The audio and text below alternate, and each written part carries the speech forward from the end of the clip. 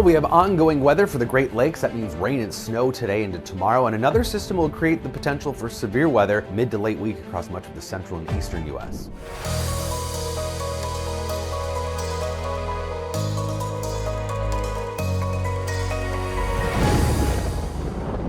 So we have an ongoing system here moving across the Great Lakes. It's bringing snow to northern Minnesota, the UP of Michigan, and some lake effect and lake enhanced snows across parts of upstate New York and Pennsylvania too here over the next 24 to 48 hours. You can see pockets of snow, not a widespread big storm, but still some lingering cool air and April snows in some of those typical regions that see it this time of year. Otherwise, it's some showers as well for some of the warmer locations. Fairly minor system, but its trailing cold front is going to create some potential severe weather today. We have a slight risk of severe storms for parts of Virginia into West Virginia today, and even a little bit of a chance of isolated tornadoes potentially in Western Virginia. So typically this time of year we're talking about the plains, but we're seeing some here in the eastern U.S., potential for some severe weather. So anywhere Indiana, Ohio, Kentucky into West Virginia, we'll see some strong storms pop up here probably mid to late afternoon, that typical daytime heating, and then track east and southeast.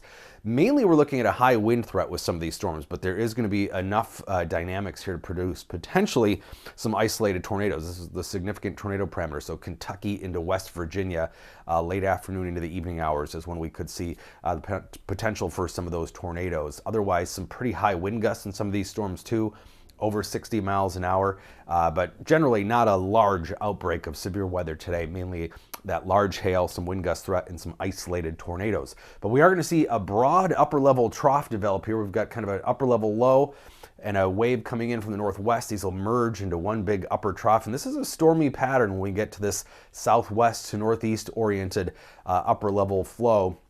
And that is going to be creating the next chance of rain for much of the central U.S., but where it's warmer, more humid, we're going to see the potential for some severe weather. So Thursday, it's going to be primarily Iowa with rain and snows into Minnesota, Wisconsin, into Canada. And then as we head into Friday and Friday night, that area will shift further south and east, and we could see a widespread area from Texas to Michigan of severe weather by Friday. So mainly northern Missouri and Iowa for the early outlook right now for Thursday into Thursday night.